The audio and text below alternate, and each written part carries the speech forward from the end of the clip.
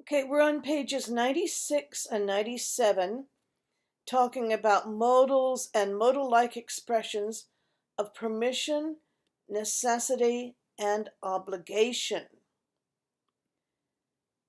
Permission means being allowed to. Necessity means need to. Obligation means you're required to do something or have to do something. Obliged to means required to.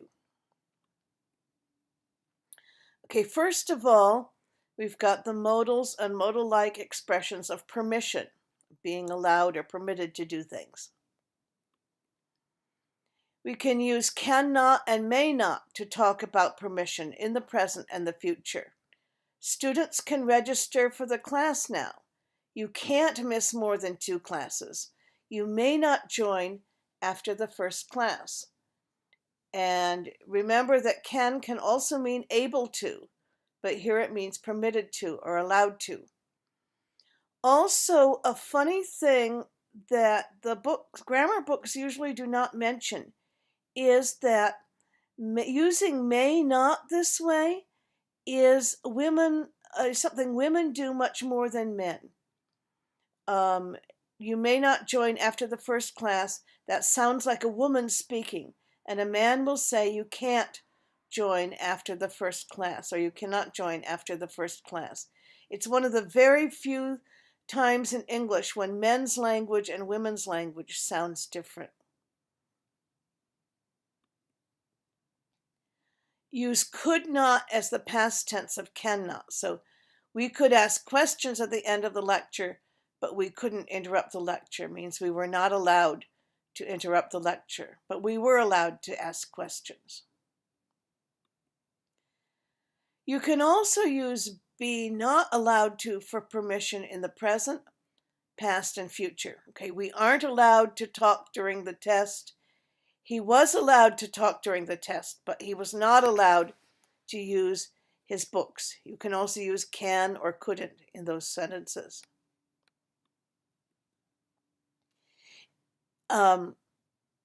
In the future, hold on a minute, I'm going to fix that typo.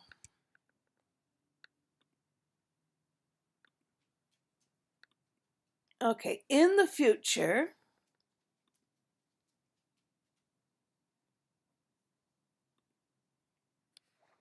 add will before be not allowed to. So they will not be allowed to use their notes tomorrow. She won't be allowed to use her notes. This is the contraction for will not. It becomes won't.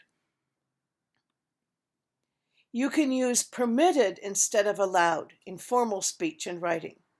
Students are not permitted to refer to notes during examinations. It's a more formal way of saying students are not allowed to refer to notes during examinations.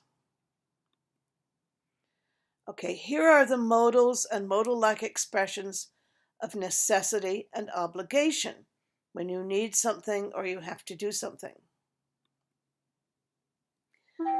Must and be required to are more formal and are not often used in speaking. Everyone is required to work hard. Applicants must have experience for this job. Use will be required to, will have to, and will need to for future time. You will need to write an essay for this course. Use be not supposed to or must not for the present. Again, a typo that I'm going to fix.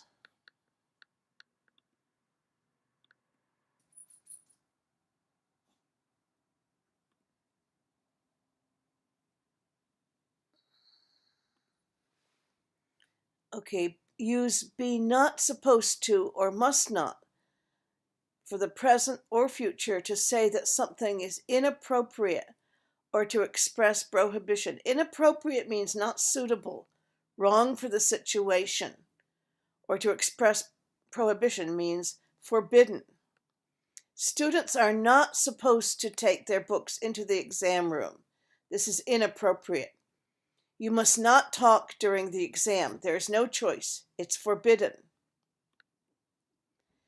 Use were required to, were supposed to, or had to describe necessity and obligation in the past.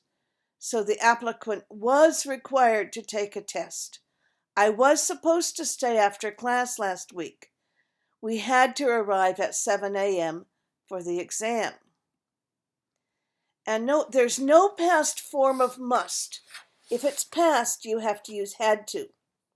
He had to reschedule his exam yesterday. I have to use had to in the past for yesterday. I cannot use must in that sentence. The negative forms of be required to, have to, and need to describe choices or options. You are not required to show your ID. That means this is optional. It's your choice. You didn't have to remain in the exam room after you finished. Okay, stopping for more typos.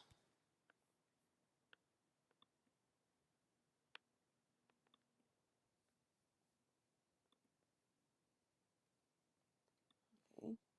So the negative forms of be required. Oh, there's the dog barking. I'm going to stop again. Okay, let's try this again.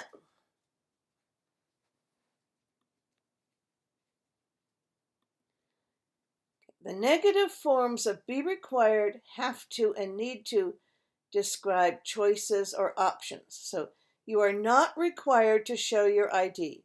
Means it's optional or it's your choice. You didn't have to remain in the exam room after you finished. It was your choice. Students won't need to bring their own pencils next time. It will be your choice, but it won't be required. Be careful. This is not in the book right here, but it is a problem students have lots of trouble with. Must and have to mean the same thing. When I say we have to go now, it means the same thing as we must go now.